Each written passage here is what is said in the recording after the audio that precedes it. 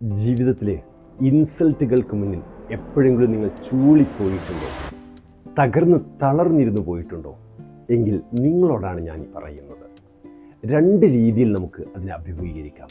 ഒന്ന്, ആ ഇൻസൾട്ടോട് കൂടിയിട്ട് എൻ്റെ എല്ലാം തകർന്നു, എൻ്റെ എല്ലാം തളർന്നു, ഇനിയൊരു ഉയർത്തെഴുന്നേൽപ്പില്ലെന്ന് നിങ്ങൾക്ക് കരുതാം.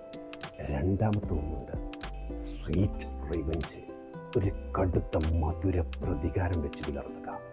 ആ ഇൻസൾട്ട് ചെയ്തവരുടെ മുന്നിലൂടെ ഞാനൊരു വിജയശ്രീലാളിതനായിട്ട് നടക്കുമെന്ന് ഒരു സെൽഫ് ടോക്ക് ആ നിമിഷം തന്നെ നിങ്ങൾ എടുക്കുക. എന്നിട്ട് അത് മനസ്സിൽ വെച്ച് നടക്കുക.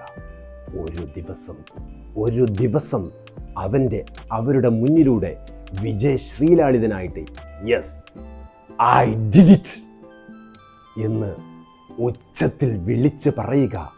അപ്പോൾ അവർ ചൂളിപ്പോകുന്നത്, പതറിപ്പോകുന്നത്, ഇൻസൾട്ട് ആവുന്നത് നിങ്ങൾക്ക് കാണാം. അങ്ങനെയുള്ള മധുര പ്രതികാരമാണ് ജീവിതത്തിൽ വേണ്ടത്.